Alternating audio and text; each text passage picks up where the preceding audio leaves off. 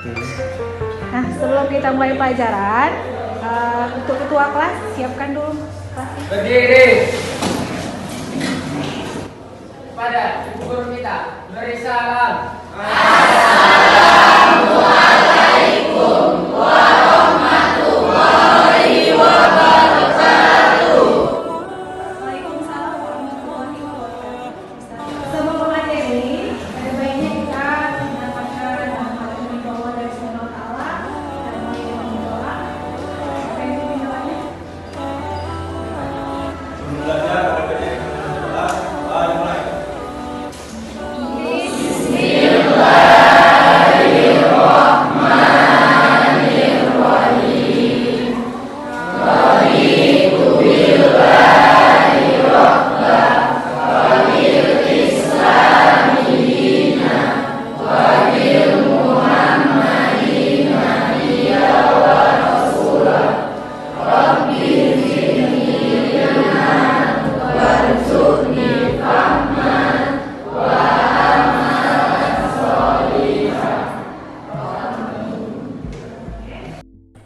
Selanjutnya Ibu akan mengabsen kalian semua ya. Iya, Bu. Oke, terima kasih. Oke, sebelum mulai materi, untuk menambah spirit kita speaking sejenak. Ini dipimpin oleh teman kita, Dwi. Oke, Dwi, silakan.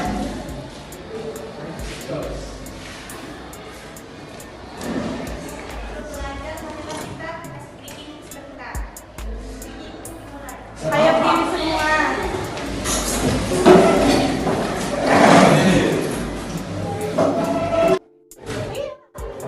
Siapa kita? Siapa kita? Kalau pasukan hati tepuk tangan. Kalau pasukan hati injak bumi. Kalau pasukan hati mari kita lakukan. Kalau pasukan hati tepuk tangan. Kalau pasukan hati injak bumi. Kalau pasukan hati bilang hore. Kalau pasukan hati mari kita lakukan. Kalau pasukan hati bilang hore. Oke, terima kasih Dwi. Silakan kembali posisinya. Oke, yang lain silakan duduk. Oke, semoga dengan speaking tadi menambah spirit kita untuk belajar dan memulai materi hari ini. Dan materi hari ini adalah tentang sumber-sumber hukum Islam. Nanti kita tampilkan slide PowerPoint-nya. Ya.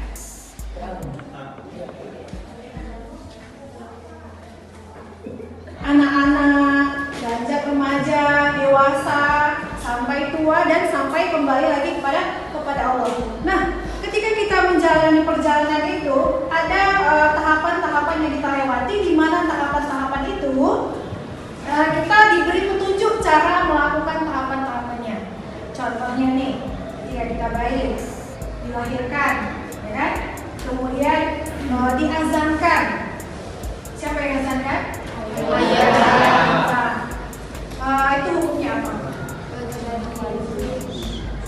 Wajib apa sunnah? Wajib apa sunnah Pak Jo?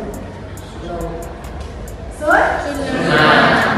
Berarti sunnah itu boleh dilakukan, boleh tidak. Tapi lebih baik dilakukan.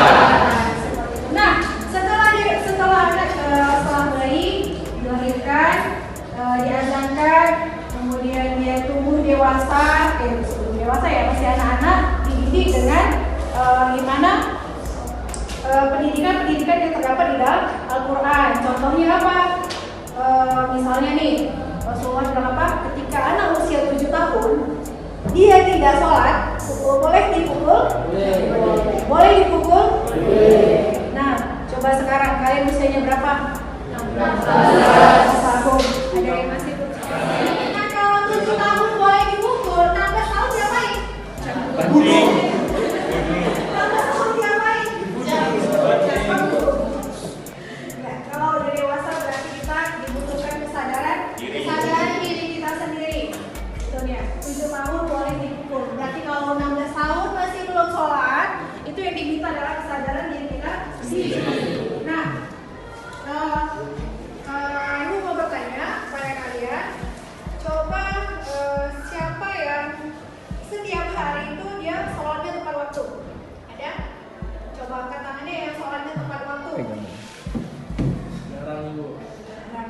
Soalnya 5 waktu, 4 waktu, 3 waktu, 2 waktu, 1 waktu. Yang 1, 2, 3 insya Allah mendapatkan hidayah dari Allah supaya sholatnya benar jadi 5 waktu sehari semalam. Nah, kemudian setelah sholat, siapa yang habis maghrib mengaji?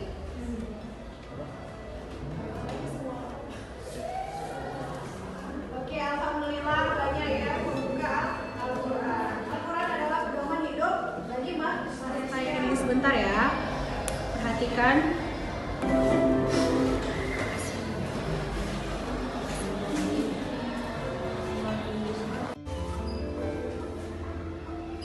Agama Islam memiliki 3 sumber hukum Islam, yaitu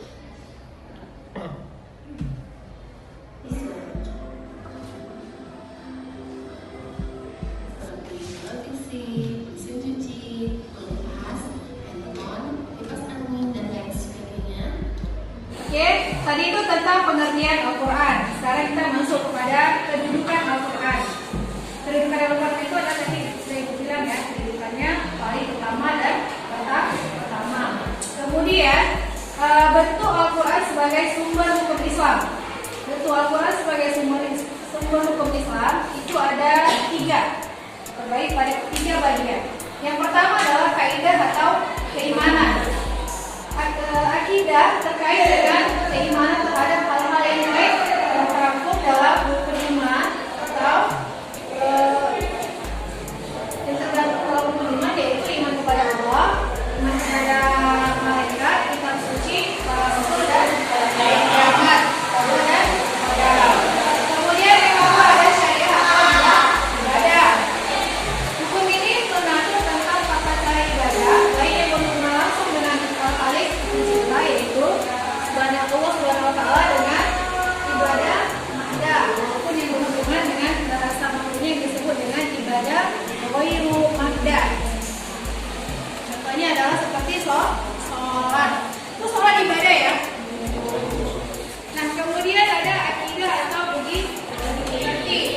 Al-Quran menuntut bagaimana seharusnya manusia berakhlak atau berperilaku baik berakhlak kepada Allah Subhanahu wa taala, kepada manusia, dan terhadap makhluk Allah Subhanahu wa taala. Nah, dalam akidah atau budi pekerti ini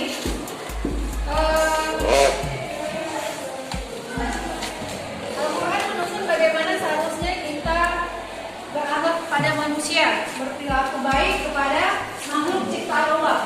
Berarti makhluk hidup itu ada 3. Yang pertama manusia, hewan, tumbuhan. Nah, di ketiganya ini kita dituntut juga mempunyai akhlak yang baik.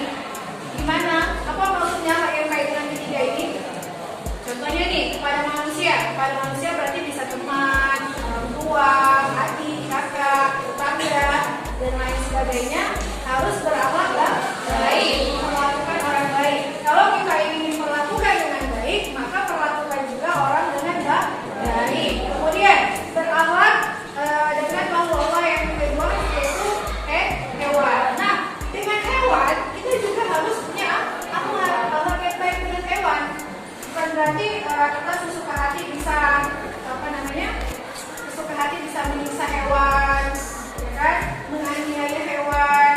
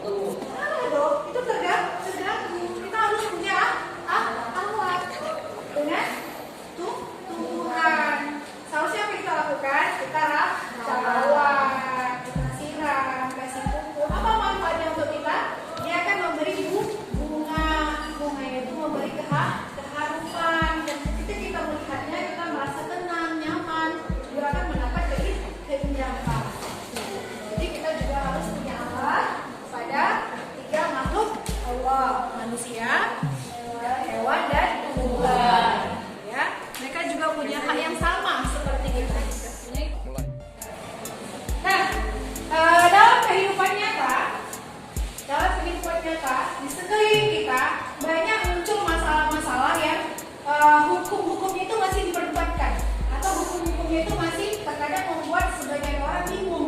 Boleh nggak ya? Bisa nggak ya? Gitu. Contohnya nih, aku kasih contoh. Nah kita ini punya musola ya, punya musola. Terkadang ada teman-teman kita menanyakan, teman-teman cewek katanya tuh, boleh nggak sih masuk ke dalam musola dalam keadaan haid atau misalnya datang bulan, boleh nggak sih Bu? Nah kalau misalnya pertanyaan ini disampaikan ke kalian, kalian bisa jawabnya nih. Nanti stop, jangan dijawab dulu, nanti kita buat kelompok dulu. Oke? Nah pertanyaan kedua, kemarin atau sampai saat ini kita juga sering menggunakan masker. Pertanyaannya, bolehkah kita sholat menggunakan masker?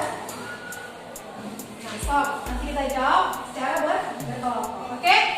Untuk membahas masalah-masalah yang terjadi di sekeliling kita, masalah-masalah yang masih kontroversi di sekeliling kita, kita bisa membuat kelompok. Nah, kelompok ini dalam satu kelompok terdiri dari 5 orang. Oke? Kita hitung 1 sampai 5, kemudian berulang lagi 1 sampai 5, berarti nanti dikelompokkan yang satu yang menyebut kata 1 berarti 1 kelompok, menyebut kata 2 berarti 1 kelompok, yang menyebut kata 3 berarti 1 kelompok. Oke, bisa kita mulai? Oke, kita mulai dari sana. 1, 2, 3, 5, 1, 2, 4, 1, 2, 3, 4, 5, 2, 3, 4, 5, 1, 2, 3, 4. 2,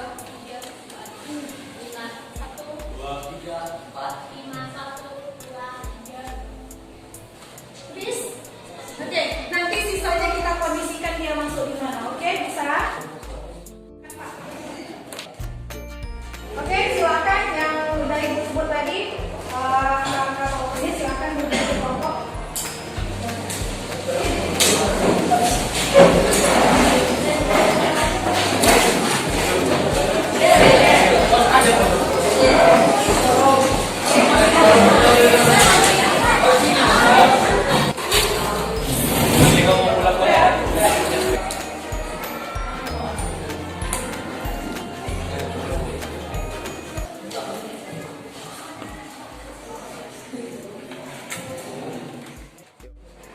Nah, karena kelompoknya sudah terbentuk dan satu kelompok ada 5 orang, maka kita akan mengidentifikasi masalah-masalah yang terjadi di sekitar kita.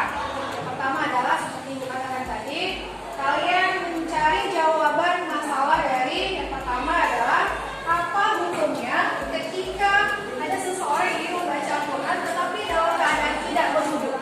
Silakan dicatat ini pertanyaannya. Nomor 1, bolehkah membaca Al-Quran dalam keadaan tidak berwudu? Nah, sekarang kita sudah ada 5 kelompok. Berarti akan ada 5 pertanyaan yang harus kalian identifikasi. Ya, yang pertama adalah pertanyaan pertama untuk kelompok pertama, yaitu 1, tuliskan hukum bagi orang yang membaca Al-Quran tetapi tidak berwudu. Ya,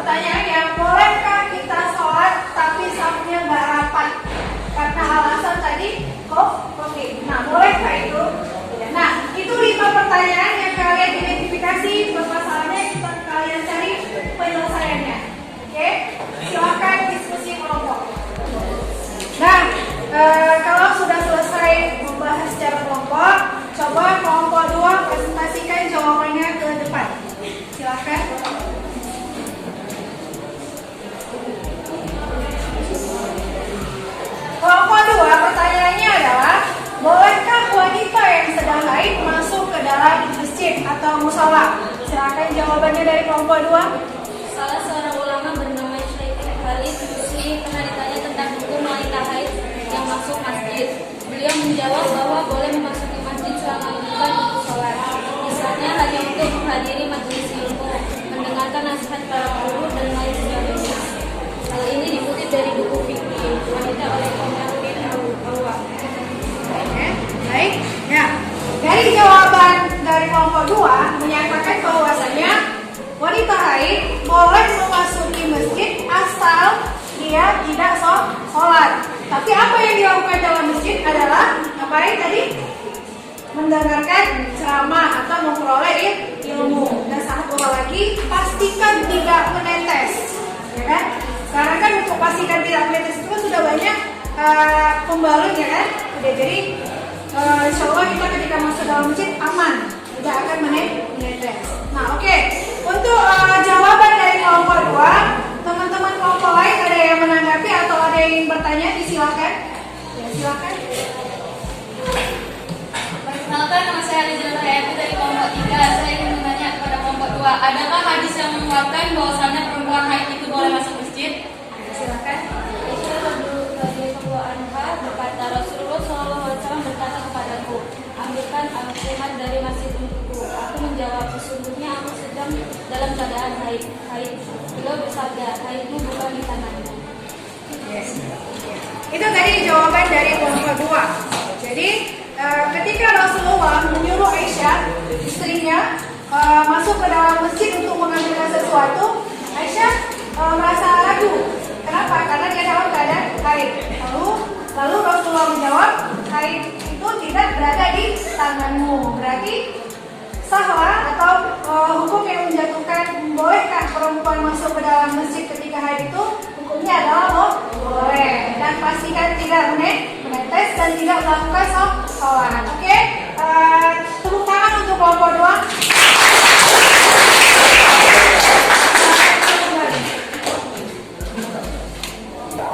Oke, itu tadi paparan jawaban dari kelompok 2. Nah, sekarang paparan jawaban dari kelompok 1. Ada yang mau maju, silakan. Siapa yang bisa mengabarkan hasil diskusinya ke depan? Dipersilahkan. Ya.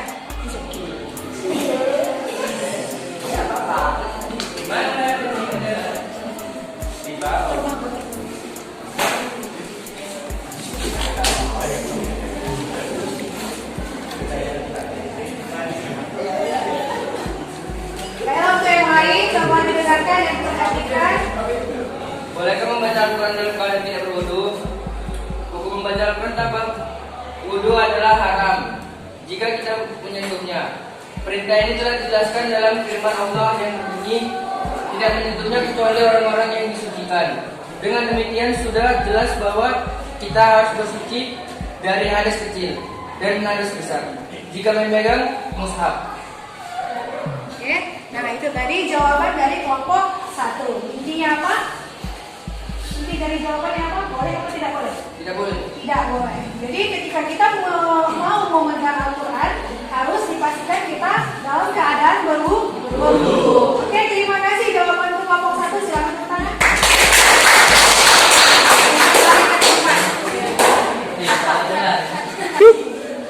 Alhamdulillah, pertemuan hari ini sudah berada di penghujung setelah beberapa kelompok tadi menyampaikan pendapatnya dari beberapa soal-soal yang kasih tadi. Alhamdulillah, semua pertanyaannya cukup memuaskan, dan di sini sudah bisa saya kasih kesimpulan bahwasanya apa yang kalian jawab tadi menandakan bahwasanya kalian sudah paham atau sudah mengerti apa materi pelajaran kita hari ini. Nah, sekarang Ibu ingin bertanya, bagaimana pendapat kalian tentang pelajaran hari ini? Yang bisa jawab? Silakan. Untuk kami bisa menambah wawasan dan juga memberikan sumber-sumber Al-Quran.